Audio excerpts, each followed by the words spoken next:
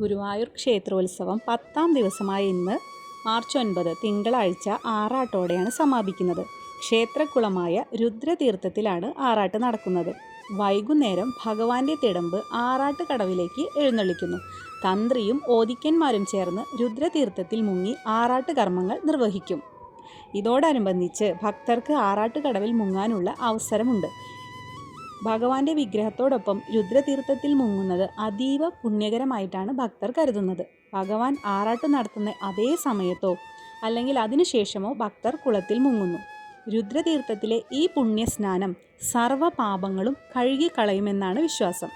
അതിനാൽ ആറാട്ട് ദിവസം വലിയ ഭക്തജന തിരക്കാണ് ക്ഷേത്രക്കുളത്തിന് ചുറ്റും അനുഭവപ്പെടാറുള്ളത്. ഇന്ന് വൈകുന്നേരം ആറാട്ട് എഴുന്നള്ളത്ത് രുദ്രതീർത്ഥത്തിൽ എത്തുമ്പോൾ ഈ ചടങ്ങുകൾ നടക്കുന്നു.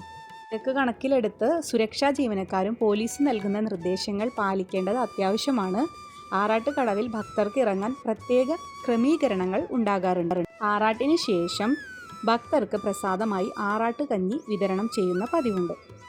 അതുപോലെ തന്നെ ആറാട്ടിനു ശേഷം കൊടിയിറക്കാണ്.